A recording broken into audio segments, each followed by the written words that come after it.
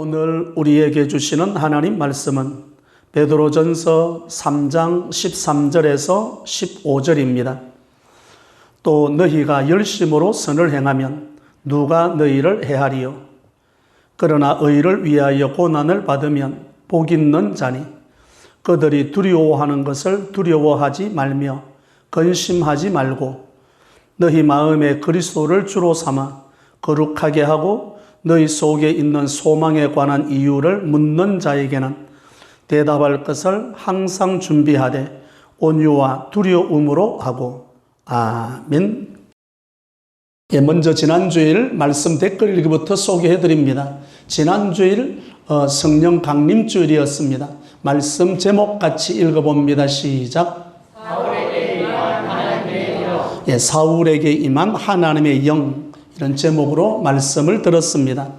첫 번째 말씀 댓글 읽기입니다. 성령님의 내주하심이 한평생 날마다 나의 삶에 나타나게 하소서. 감사합니다. 두 번째 말씀 댓글 읽기입니다. 성령이 떠나갔어도 떠나간 줄도 모르고 하나님께 관심도 없이 살아가는지는 않는지 모르겠습니다. 성령님의 인도하심을 따라 살아가는 제가 되길 원합니다. 세 번째 말씀 댓글 읽기입니다. 주의 영을 충만하게 허락하소서. 일평생 주의 영에 이끌려 살다가 온전히 한 줌의 제가 되기를 소망합니다. 감사합니다. 네 번째 말씀 댓글 읽기입니다. 주님 주일 오전 나에게 주신 말씀의 키워드는 성령님 붙들기입니다. 이런 말씀 댓글 읽기가 왔습니다. 오늘 또 말씀을 들으시고 말씀 댓글 읽기 단어 하나 문장 하나로 도전해 보시면 좋겠습니다. 오늘 또 예수님을 증거하겠습니다. 말씀 제목 같이 한번 읽어봅니다. 시작. 변화받은 하늘 나그네. 이런 제목으로 말씀을 듣습니다. 성도, 그리스도인, 하늘 나그네는 자신의 죄의 결과로 고난을 받지 않도록 해야 할 의무가 있습니다. 그런데 만약에 내 자신의 죄로 인해서 얻어진 고난이라면 그것은 하나님의 징계입니다. 징계인지 하나님으로 받는 고난인지를 잘 분별할 수 있어야만 합니다.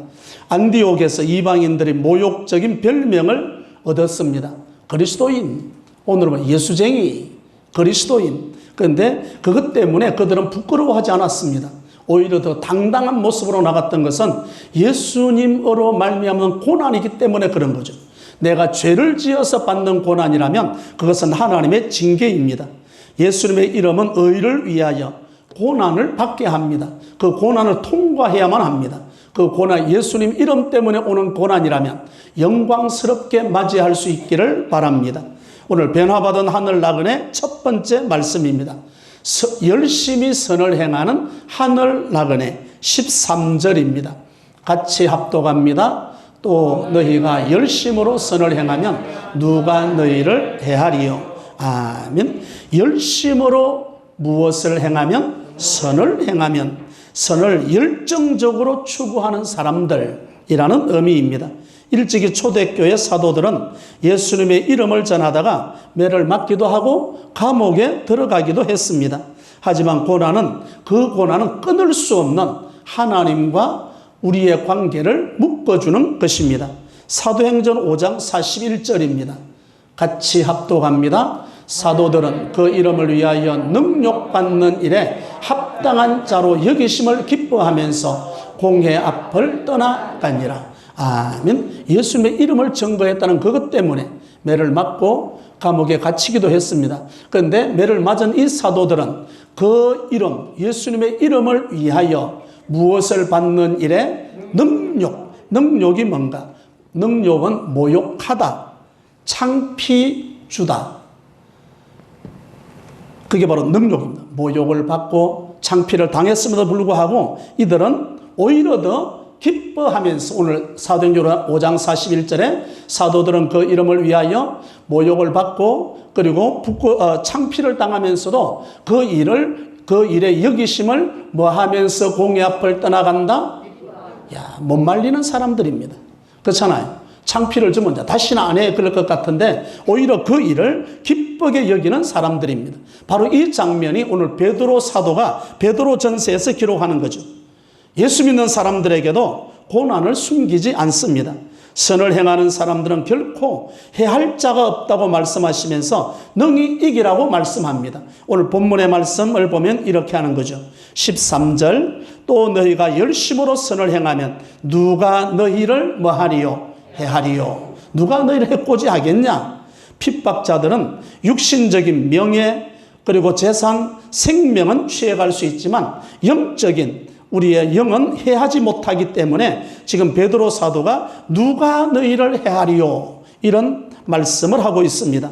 악행하는 사람들은 마침내 하나님께서 징벌하시고 선을 행하는 자들은 하나님께서 보상하시는 하나님이시기 때문에 선행하는 사람을 결코 해할 수가 없다. 이렇게 말씀하는 거죠. 베드로 사도는 선을 행하는 자 당당하게 행하라고 확고한 말씀으로 오늘 여기 13절에서 말씀하고 있는 거죠. 시편 56편을 한번 봅니다. 56편 4절 같이 합독합니다. 내가 하나님을 의지하고 그 말씀을 찬송하올지라 내가 하나님을 의지하였은즉 두려워하지 아니하리니 유혈육을 가진 사람이 내게 어찌하리이까. 아멘. 여기 표제에서도 나타나는 것과 같이 56장 표제가 사울에게 쫓기면서 생명의 위협을 여러 번 받았습니다. 죽을 고비를 넘기는 거죠. 그러니까 사울에게 피하다가 망명을 했습니다. 어디로 망명한? 블레셋으로 가는 거죠. 블레셋으로 이제 넘어갔는데 사실은 블레셋 사람들은 다윗을 환영할까요? 미워할까요? 미워하죠. 블레셋에 골리앗을 죽였으니까. 그 사람이 바로 다윗인데 다윗이 블레셋으로 넘어갔습니다. 블레셋 사람들이 다윗을 알아보았습니다. 저 다윗이네.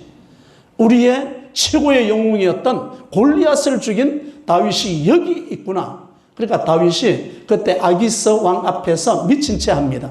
침을 흘립니다. 자기가 다윗이 아닌 것처럼. 그 장면이 바로 오늘 시편 56편의 상황입니다. 이런 공포와 죽음의 위험 앞에서 비록 침을 흘리고 미친 척하고 있기는 하지만 지금 여기에 다윗의 모습을 보십시오. 그런데 끝에 부분 보면 두려워하지 내가 하나님을 의지하였은즉 뭐하지 아니하리니 두려워하지 아니하리니 무엇을 가진 사람? 혈육을 가진 사람이 내게 어찌하겠습니까? 혈육을 가진 사람이 내게 무슨 짓을 하겠습니까? 블레셋 사람이 달려들더라도 비록 지금은 정신 이상자의 행동을 할지 모르지만 그러나 그 가운데서도 누가 자기를 붙들어 주신다? 하나님께서 나를 붙들어 주시는데 혈육 가진 사람이 어떻게 하겠습니까? 이런 말씀이에요. 베드로전서 3장 11절을 봅니다. 이 선을 행하는 데 있어서 3장 11절 같이 합독합니다. 악에서 떠나 선을 행하고 화평을 구하며 그것을 따르라. 아멘. 악에서 떠나 무엇을 행하고? 선을 행하고. 악에서 떠났습니다. 거기서 서 있으면 안 되죠. 악에서 떠났다면 무엇을 행해야 되죠? 선을 행하고. 우리 월삭 한 주간 드라마 검색을 합니다. 목사님 드라마 안 봤거든요? 거기 멈추면 안 돼. 그 다음 뭘 봐야 되죠? 기독교 방송을 보시라니까. 성경을 읽으라니까.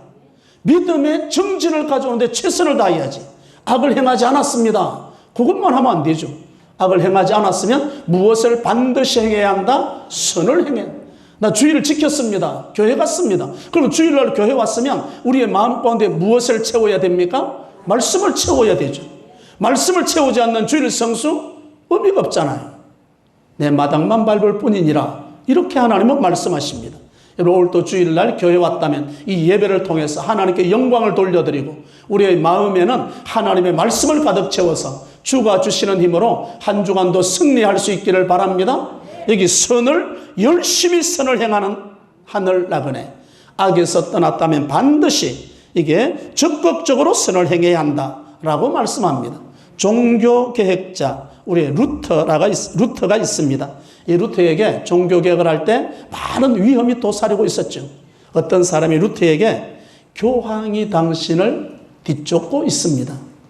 그때 당신은 잡혔다 하면 화형이에요. 불에 태워 죽이는 거예요. 당신을 지금 교황이 뒤쫓고 있습니다. 그때 마틴 루터의 대답이 이런 대답입니다. 만일 그것이 자신과 교황 사이의 문제라면 내가 이길 수가 없죠.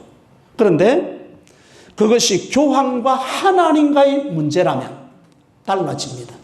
그러니까 이 루터는 종교개혁을 하겠다는 그 어떤 깃발을 들었을 때 그의 마음 가운데 누가 자기를 지켜주신다? 하나님이 지켜주신다는 이 확신이 있는 거예요. 오늘 이렇게 말해서 열심히 선을 행하는 하늘 나그네, 열심히 선을 행하는 자에게는 해할 자가 없다. 누가 지켜주시는 거죠? 하나님이. 내가 상대하는 것이 아니라 누가 상대한다? 하나님이 상대해 주신다는 말씀입니다. 이게 바로 변화받은 하늘 나그네입니다. 변화받은 하늘 나그네, 어떤 핍박과 어려움이 오더라도 능히 이길 수 있다라고 말씀하는 거죠. 변화받은 하늘 나그네, 첫 번째는 열심히 선을 행하는 하늘 나그네, 두 번째는 의를 위한 고난을 복으로 받는 하늘 나그네입니다. 14절의 말씀 같이 합독합니다. 그러나 의를 위하여 고난을 받으면 복 있는 자니 그들이 두려워하는 것을 두려워하지 말며 근심하지 말고. 아멘. 그러나 의를 위하여 고난을 받으면 뭐하는 사람이니? 고난받는데 무슨 복이 있습니까? 다 고난 피해 가려고 그러죠. 힘든 일 안 하려고 그러죠. 이 어려움은 다 자기로부터 멀어지기를 원하죠. 그런데 이게 변화받은 하늘 나그네는 자기에게 고난이 오면 그 고난을 무엇으로 여긴다? 복으로 여긴다. 선을 행하는 사람은 해야 할 사람이 결코 없다는 확신을 말하고 난 다음에는 선을 행하는 사람이 고난당하는 삶의 현실을 베드로 사도는 지금 말씀하고 있는 거예요. 그러니까 이게 선을 행하는 사람의 고난은 복되다고 말씀합니다. 바로 이 구절, 베드로전서 3장 14절의 구절을 이 베드로 사도는 이사야의 말씀, 이사야 선지자의 말씀을 인용해서 하는 말씀입니다. 어디에 말씀인가 하면 이사야 8장 12절 같이 합독합니다. 이 백성이 반역자가 있다고 말하여도 너희는 그 모든 말을 따라 반역자가 있다고 말하지 말며 그들이 두려워하는 것을 너희는 두려워하지 말며 놀라지 말고. 아멘. 여기 오늘 14절, 본문 14절도 그들이 두려워하는 것을 두려워하지 말고 근심하지 말며, 이렇게 이사야 선지자가 했던 그 말씀을 인용해서 베드로 사도가 지금 말씀하고 있는 거거든요. 그럼 이사야 8장의 말씀은 예루살렘 주민들이 아수르의 침략을 매우 두려워하고 있습니다. 왜 그런가 하면 거기에 항복하든지 아수르의 포로로 잡혔다고 그러면 그 포로들, 예루살렘의 포로들이 잡혀가면 무자비하게 대하는 잔인성을 들어서 알고 있기 때문에 두려워하는 거예요. 그들이 두려워하는 것을 너희는 뭐하지 말며 두려워하지 말며, 여기 두려워한다는 말씀은 부정적으로는 무서워한다 이런 말이고요. 긍정적으로 뭔가 하면 하나님을 두려워한다 할 때도 두려워하는 말씀이 나옵니다. 이스라엘 백성들에게는 부정적인 의미로 그들을 두려워하지 말고 긍정적인 뜻으로는 누구를 두려워해라? 여호와 하나님을 두려워하라. 이 말씀이 여기에 담겨 있는 거예요. 이런 베드로 전서를 지금 말씀을 쭉 강의해서 나갑니다. 그런데 베드로 전서의 주제가 뭔가 하면 고난이에요. 그 당시에 흩어진 나그네들에게 핍박과 박해가 그들을 계속 압박해 왔습니다. 여러분, 예수 믿는다고 해서 고난이 면제되는 것은 아닙니다. 예수 믿는 사람에게도 고난은 있다 없다? 있다. 기도할 때 하나님 아무 일 없게 해주시고, 아니 그거는 내가 드리는 기도고, 우리 믿음의 선상, 믿음의 길에는 예수를 믿는 사람에게도 고난이 있습니다. 고난이 있다면 능히 그 고난을 대처할 수 있는 힘이 있어야만 합니다. 고난에 임하는 자세에 따라서 결과가 달라지기 때문에, 그래서 오늘 14절의 말씀은 그들이 두려워하는 것을 뭐 하지 말고 두려워하지 마라, 근심도 하지 마라 라고 말씀하는 거죠. 베드로전서 1장을 한번 보죠. 6절 같이 합독합니다. 그러므로 너희가 이제 여러 가지 시험으로 말미암아 잠깐 근심하게 되지 않을 수 없으나 오히려 크게 기뻐하는도다. 아멘. 베드로는 고난에 대해서 분명한 확신을 가지고 있습니다. 두 글자 확신. 그러므로 너희가 이제 여러 가지 시험으로 말미암아 어떤 근심하게 되지 않을 수 없으나 고난은 얼마 동안? 잠깐. 고난은 잠깐이라는 거예요. 베드로 사도 이 확신을 가지고 있습니다. 지금은 어렵더라도, 지금은 고난이 있을지라도, 지금은 박해와 핍박이 있을지라도 그 박해와 핍박은 얼마 동안이다? 잠깐이라는 거예요. 잠깐. 이 점을 베드로 사도는 정확하게 인식하고 있습니다. 우리가 이 땅에서 당하는 어려움들은 시간이 얼마 동안? 잠깐. 그래서 성경을 보면 에스를 망령되다라고 이야기합니다. 그 잠깐 배고픔을 못 참아가지고 장자의 명분을 넘겨버렸지 않습니까? 히브리서에 가면 그가 망령되이 행하였도다. 망령되이 행한.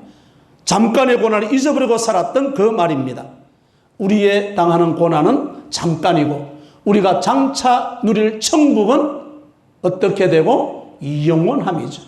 영원과 잠깐. 바꿀래요? 안 바꿀래요? 안 바꿔요.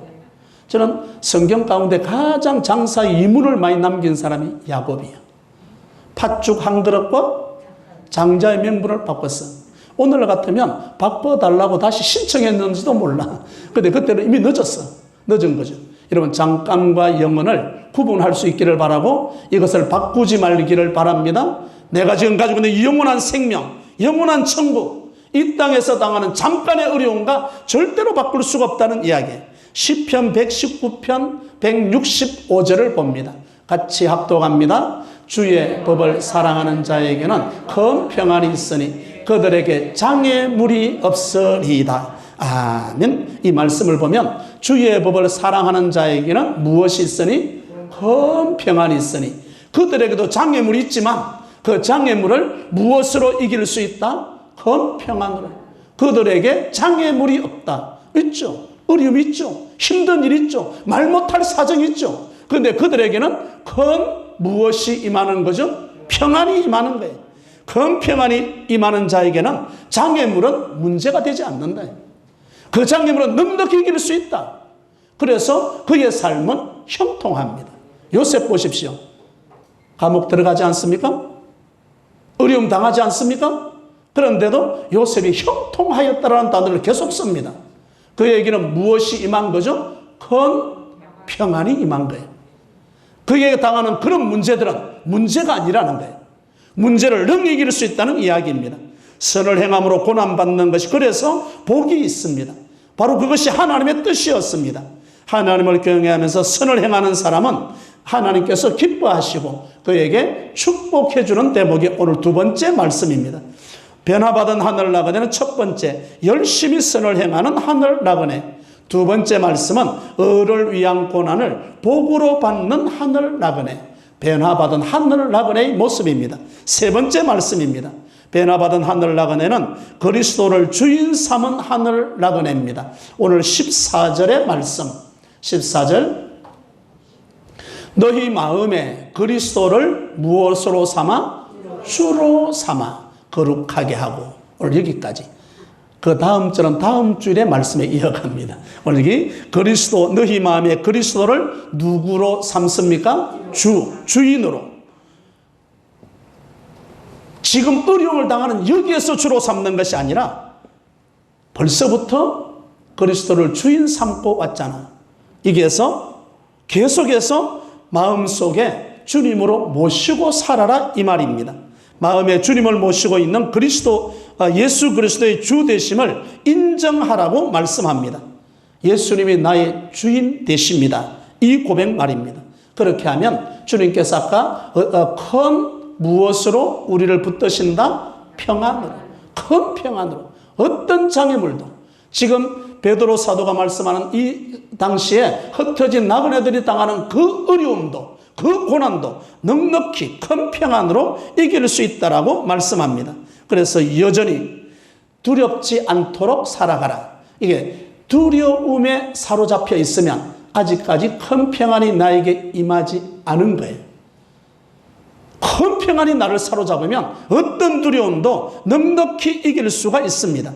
그러니까 두려움이 나에게 있냐 없냐, 문제가 있냐 없냐가 아니에요. 문제는 우리에게 늘 큰 파도가 몰아치는 거예요. 그런 가운데서도 우리에게는 마음에 무엇이 일어나고 있다? 평안이 일어나고 있다. 평안이. 거룩한 성도는 마귀가 절대로 흔들 수가 없어요. 욥 같은 사람 보십시오. 재산이 날아가고 자녀들이 먼저 죽음 당하지 않았습니까? 그런데 그 욥을 사탄이 흔든다 흔들지 못한다. 절대 흔들지 못한다. 왜 그런가? 하나님께서 주시는 큰 평안이 그를 사로잡고 있기 때문입니다. 마태복음 12장을 한번 봅니다. 빈집의 비유입니다. 예수님께서 말씀하신 빈집 비유죠. 더러운 귀신이 사람에게 나갔을 때에 물 없는 곳으로 다니며 무엇을 구하되? 귀신도 쉬기를 구해. 그런데 귀신이 쉴 곳을 얻지 못한 거예요. 44절. 이에 이르되 내가 나온 내 집으로 돌아가리라 하고 와보니 그 집이 뭐하고 비고 뭐하고 청소되고 뭐하였거늘 수리되었거늘. 45절을 같이 합독합니다. 이에 가서 저보다 더 악한 귀신 7을 데리고 들어가서 거하니 그 사람의 나중 형편이 전보다 더욱 심하게 되느니라. 이 악한 세대가 또한 이렇게 되리라. 아멘. 빈집의 비유. 예수님께서 빈집의 비유. 악한 귀신을 쫓아냈는데 그 귀신이 돌아다녀 보니까 쉴 곳이 없는 거예요. 전에 있던 그 집이 참 좋았는데 그래 돌아와 보니까 그 집이 비고 청소되고 소재되고 수리되었거늘. 그래서 그 귀신이 더 악한 귀신 몇을 데리고 7을 데리고 와서 그 집을 점령해 버렸다는 이야기입니다. 그러면 그 귀신이 들어올 때 그 비고 소재되고 청소되고 수리된 그 집에 주인이 있어요 없어요? 주인이 없다는 이야기예요. 주인이 없으니까 그 악한 귀신 7이 들어와서 그 집을 점령해 버린 거예요. 악한 귀신 7이 먼저 입주해 버린 거죠. 우리의 마음에는 주인을 누구로 모셔야 됩니까? 예수님을 모셔야 되는 거죠. 예수님이 내 인생의 주인이 되어야만 귀신이 올 수가 없는 거예요. 만약 귀신이 와서 그 집을 다시금 문을 두드렸겠죠? 아무런 소식이 없으니까. 내가 나가니까 귀신이 요거 좀 이길 수 있다 그래 들어오는 거죠. 만약에 문을 두드렸는데 예수님이 얼굴을 내밀었다면 어떻게 돼? 귀신이 어떻게 되겠습니까? 7길로 도망가 봅니다. 내가 번지를 잘못 찾은 것 같다. 그렇게 된 거예요. 그리고 우리의 마음의 주인은 늘 예수님으로 모시고 살아야 되는 거죠. 여러분 요한계시록 3장 20절을 봅니다. 같이 합독합니다. 볼지어다 내가 문 밖에 서서 두드리노니 누구든지 내 음성을 듣고 문을 열면 내가 그에게로 들어가 그와 더불어 먹고 그는 나와 더불어 먹으리라. 아멘. 주님께서 우리의 마음의 문을 두드릴 때 우리는 어떻게 반응해야 됩니까? 오십시오? 오지 마십시오. 어서 오십시오. 한번 따라해보죠. 주 예수여 어서 오시옵소서. 내 마음 중심에 좌정하시고 영원히 나의 주인 되어 주옵소서. 이미 우리 마음에 있는 주인 대신 예수님을 확인하고 있는 거죠. 마귀가 문을 두드리면 누가 나가야 되는 거죠? 예수님이 나가야 되는 거예요. 이단이 우리 마음의 문을 두드리면 누가 나가야 되는 거죠? 예수님이 나갔어야 되는 거죠. 내가 나가면 이단이 우리를 얕봐요. 너 이길 수 있다. 아까 빈집의 비유가 그 이야기 아닙니까? 주인 대신 예수님이 없는 거예요. 그러니까 더 악한 귀신 7을 데리고 들어와서 그 집을 점령해버린 거예요. 성경을 보면 성경의 인물들을 보면 다 같이 뭔가 히브리서의 믿음의 사람들의 그 모습을 보면 주인 대신 하나님을 모시고 살았던 사람들이에요. 여러분 그 대표자 가운데 여러분 다윗을 보겠습니다. 시편 23편 1절입니다. 같이 합독합니다. 여호와는 나의 목자시니 내게 부족함이 없으리로다. 아멘. 다윗에게 부족함이 있었을까요? 없었을까요? 많았죠. 사울에게 쫓겨다녔잖아요. 여러분은 침대에서 다 주무시고 계시죠? 다윗의 침대가 뭐예요? 늘 꼬부러져 가지고 새우잠 잤죠. 발자국 소리만 들리면 도망가기 바빴습니다. 그 다윗이 뭐라고 고백하는가 하면 여호와는 나의 누구 되시니? 목자. 하나님이 나의 목자 되시면 나는 자기는 뭐가 된다? 양이 된다. 목자의 인도를 따르는 내 인생의 주인은 하나님이십니다. 그랬더니 푸른 초장 잔잔한 물가로 자기를 인도하지 않습니까? 사망의 음침한 골짜기로 다닐지라도 자기는 절대 두려워하지 않는 것은 사망의 엄침한 골짜기를 걸어간 거예요. 그런데도 자기가 두려워하지 않은 것은 뭐야? 주의 지팡이와 막대기가 자기를 뭐 했습니다? 아니하였습니다. 이 고백 말입니다.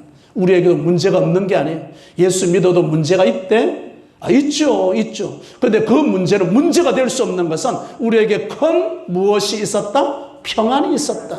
그 평안이 문제를 사로잡아 버리는 거예요. 그러니까 교회 다니면서도 시험 드는 이유가 뭔가 하면 내 살아가는 삶이 왜 이렇게 어렵냐, 왜 이렇게 문제가 많냐, 거기에서 주저앉지 말고 이 문제 앞에서 자기를 붙드시는 하나님을 의지할 수 있기를 바랍니다. 이것이 바로 다윗의 모습입니다. 다윗은 사울에게 쫓겨다니면서도 이런 생각, 야, 하나님이 오늘 나를 이쪽으로 관광 보내주셨구나. 이쪽으로 나를 하여금 하나님께서 소풍 가게 만들어 주었구나. 그런 생각 안 합니까? 하나님이 제 인생의 절반을 간포교회로 소풍 오게 만들었더라고. 그래서 오늘 목회하는 거 아니에요? 소풍 왔다. 하나님께서 나를 이곳에 보내는 거예요. 여러분의 삶의 여정도 마찬가지입니다. 여러분의 삶의 걸음마다 죽을 고생했다가 아니라 바로 이곳이 스릴이 있도록 어떤 목숨을 건 것 같은 스릴이 있는 짜릿한 하나님께서 이곳으로 나를 여행 보낸 거죠. 여러분 여행을 가도 시시한 데 가면 재미가 없다고 그럽니다.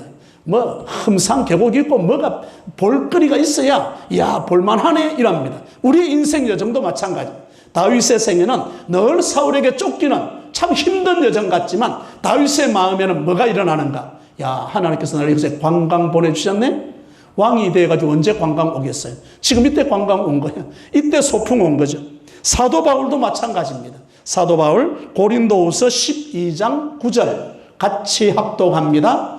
나에게 이러시기를 내 은혜가 내게 족하도다. 이는 내 능력이 약한 데서 온전하여 짐이라 하신지라. 그러므로 도리어 크게 기뻐함으로 나를 여러 약한 것들에 대하여 자랑하리니 이는 그리스도의 능력이 내게 머물게 하려 함이라. 아멘. 사도 바울의 고백을 보십시오. 나에게 이러시기를 내 은혜가 너에게 뭐하다? 족하도다. 이는 내 능력이 뭐한 데서? 약한 데서. 자기는 약해.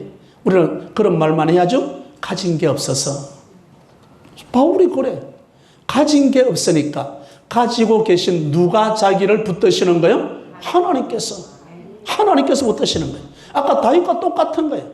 다윗도 하나님을 주인 삼았고 목자로 삼았고 사도 바울도 자기가 하나님을 뭐로 삼은 거죠? 목자, 주인. 그래서 사도 바울은 편지를 쓸 때마다 사도 바울은 그런 고백을 해요. 예수 그리스도의 종 바울은 종이야. 자기 주인은 예수님이야. 그리고 살아가니까 내게 없다고 할지라도 없는 게 아니에요. 누가 역사하는 거죠?